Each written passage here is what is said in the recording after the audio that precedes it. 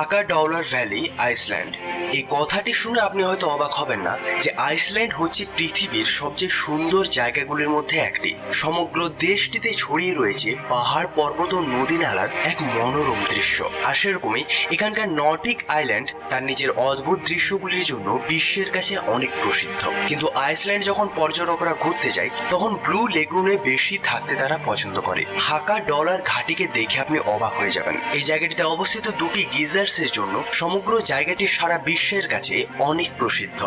এই দুটো গ্রেট গিজার্স এবং স্ট্রোক হচ্ছে অনেক প্রাচীন, যেটাতে আপনি দেখতে পাবেন একটা গর্তর থেকে বার হওয়া জল ফোয়ারার মতো বার হয়ে অনেক উঁচুতে উড়ে যায়। এমনকি কখনো কখনো এই জল প্রায় 200 ফিট অব্দি উঁচুতে উঠে যায়। এই পুরো জায়গাটির নিচে একটা জলধারা রয়েছে, যে ধারাটির জলচাপ প্রতি 10 মিনিট অন্তর অন্তর বাড়তে থাকে ও যার ফলে হোলগুলির মাধ্যমে জল বাইরে বেরিয়ে আসে।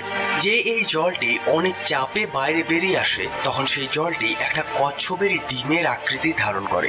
আর এটা দেখতে এতই সুন্দর হয় যেটাকে দেখতে সারা বিশ্ব থেকে অনেক মানুষ এখানে ছুটে আসে। এরপর রেনবো ইউক্যালিপটাস। আমাদের পৃথিবীতে ইউক্যালিপটাসের অনেক প্রজাতি রয়েছে। যদি গণনা করে দেখা হয় তাহলে পাবেন আমাদের পুরো পৃথিবীতে প্রায় 700টির চেয়েও বেশি প্রজাতি রয়েছে, যেগুলি বিভিন্ন সাইজের এবং বিভিন্ন রঙের হয়। এগুলির মধ্যে সবচেয়ে সুন্দর হচ্ছে রেনবো ইউক্যালিপটাস গাছ, যেগুলি লম্বায় হতে পারে প্রায় 250 ফিট। এই গাছগুলির খোঁজ সবার প্রথমে হয়েছিল ফিলিপাইন্সে এবং তারপর হাওয়াই, ক্যালিফোর্নিয়া, ফ্লোরিডা এবং টেক্সাসেও এই গাছগুলি এখন দেখতে পাওয়া যায়। এই এত সুন্দর রং বেরঙের গাছগুলি ক্লোরোফিলের মাত্রা বেড়ে যাওয়ার জন্য তৈরি হয়, যার জন্য গাছের পাতাগুলোর রং সবুজ হয়।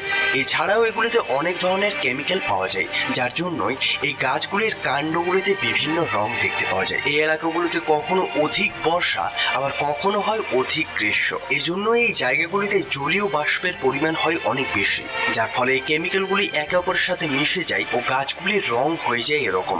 এই রংগুলি আপনি তখনই দেখতে পাবেন যখন আপনি এই গাছগুলির বাইরের ছালগুলি তুলে দেবেন। গাছগুলি যত পুরনো হয় এগুলোর রংগুলিও অনেক সুন্দর হতে থাকে। আমেরিকার বিভিন্ন স্টেটে তো আপনি এই গাছগুলি দেখতে পাবেন, তবে এখন এগুলিকে ফিলিপাইন্সে দেখা খুব কমই মেলে, কেননা সেখানকার পরিবেশে এগুলো বেশি বৃদ্ধি পায় না। লেনকুয়াইস ম্যারেনহেন্সিস ন্যাশনাল পার্ক, ব্রাজিল। আপনি হয়তো জানেন না যে সারা বিশ্বের সবচেয়ে সুন্দর সাঁতার কাটার জায়গা কোনো মরুভূমির মাঝের জলাশয় হতে পারে। ব্রাজিলে অবস্থিত এই ন্যাশনাল পার্কে কিছু এরকমই একটা দৃশ্য দেখতে পাওয়া যায়। এই দৃশ্যটি পৃথিবীতে অবস্থিত সবচেয়ে সুন্দর দৃশ্যগুলির মধ্যে একটি। এই ন্যাশনাল পার্কে অবস্থিত জানুয়ারি মাস থেকে জুন মাস পর্যন্ত এই ছোট ছোট ঝিলগুলিতে জল জন্মায় ও এগুলো দেখতে লাগে একেবারে লেগুনের মতো। এই অসম্ভব দেখতে থাকা জলাশয়গুলি লম্বায় হতে পারে প্রায় 300 ফিটের মতো ও গভীরতায় হয়ে যায় প্রায় 10 ফিট। যখন এগুলোর উপর সূর্যের আলো পড়ে তখন এগুলোকে দেখার সুখ একটা আলাদাই হয়। এগুলোকে দেখার জন্য শুধুমাত্র ব্রাজিল থেকেই নয় বরং সারা বিশ্ব থেকে মানুষ ছুটে আসে। কিন্তু জুন মাসের পর যখন এগুলো শুকিয়ে যায় তখন বছরের শেষ দিকটা এই জায়গাটি হয় পুরোপুরি শুষ্ক জায়গা, আর সেজন্যই এখানে তখন আর কেউ আসে না।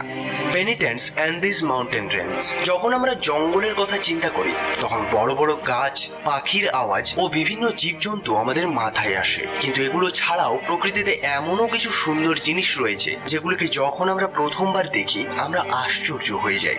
আমাদের পৃথিবীতে সব জঙ্গলই তো গাছ দিয়ে ঢাকা থাকে, তবে এমন একটা জঙ্গল রয়েছে যেখানে শুধু বরফের স্পাইকস দেখতে পাবেন, যেগুলো সোজা ওপরের দিকে খাড়া হয়ে থাকে। এগুলোর মধ্যে সবচেয়ে মজার ব্যাপার হচ্ছে যে এই স্পাইকগুলো পুরোপুরি বরফ দিয়ে তৈরি। এগুলো সাধারণত আমাদের পৃথিবীতে অনেক উচ্চতম জায়গাগুলিতে দেখতে পাওয়া যায়। লম্বা এগুলো প্রায় 16 ফিট অব্দি হতে পারে এবং সূর্য যেদিকে থাকে সেই স্পাইকগুলোর মুখগুলিও সেদিকেই ঘুরতে থাকে। এগুলোর ব্যাপারে বিজ্ঞানীদের খাতায় বিজ্ঞানীরা এগুলোকে প্রথমবার সাল 1800-তে খুঁজেছিল। এমনকি চার্লস ডারউইনও এগুলোর খোঁজ করেছিল। যখন তিনি আন্দিজ পর্বতমালার ড্রাই আন্দিজের মধ্য দিয়ে পার হয়ে যাচ্ছিলেন তখন তিনি এগুলোকে প্রথমবারের জন্য দেখেছিলেন। Glow worm cave, New Zealand. আমাদের পৃথিবীতে যত সুন্দর দেশ রয়েছে সেগুলোর মধ্যে নিউজিল্যান্ডকেও গোনা হয়। এখানকার নর্থ আইল্যান্ডে অনেকগুলি ছোট ছোট পুরনো গুহা রয়েছে। যখন আপনি গুহাগুলির গভীরতায় যান তখন আপনি যা কিছুই দেখতে পান সেগুলো কোনো জাদুর থেকে কম মনে হয় না। আসলে এগুলি আলাদা কিছু নয়, বরং এগুলো হচ্ছে এক ধরনের পোকা।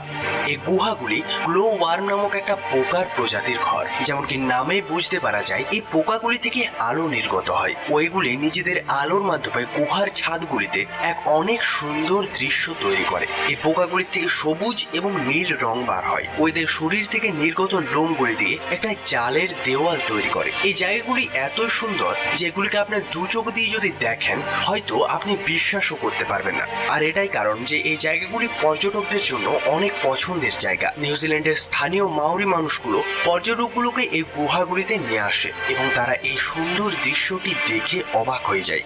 এড়িয়ে চলতে চাই। যুগের পর যুগ ধরে এই জায়গাগুলি ভয়, কৌতূহল এবং কিংবদন্তির কেন্দ্রবিন্দু হয়ে আছে। যেমন ভারতের আসাম রাজ্যে এমন একটি গ্রাম রয়েছে যেখানকার পাখিরা নিজেরাই আত্মহত্যা করে, যেন মনে হয় কোনো এক অলৌকিক শক্তি তাদেরকে ঘিরে রয়েছে।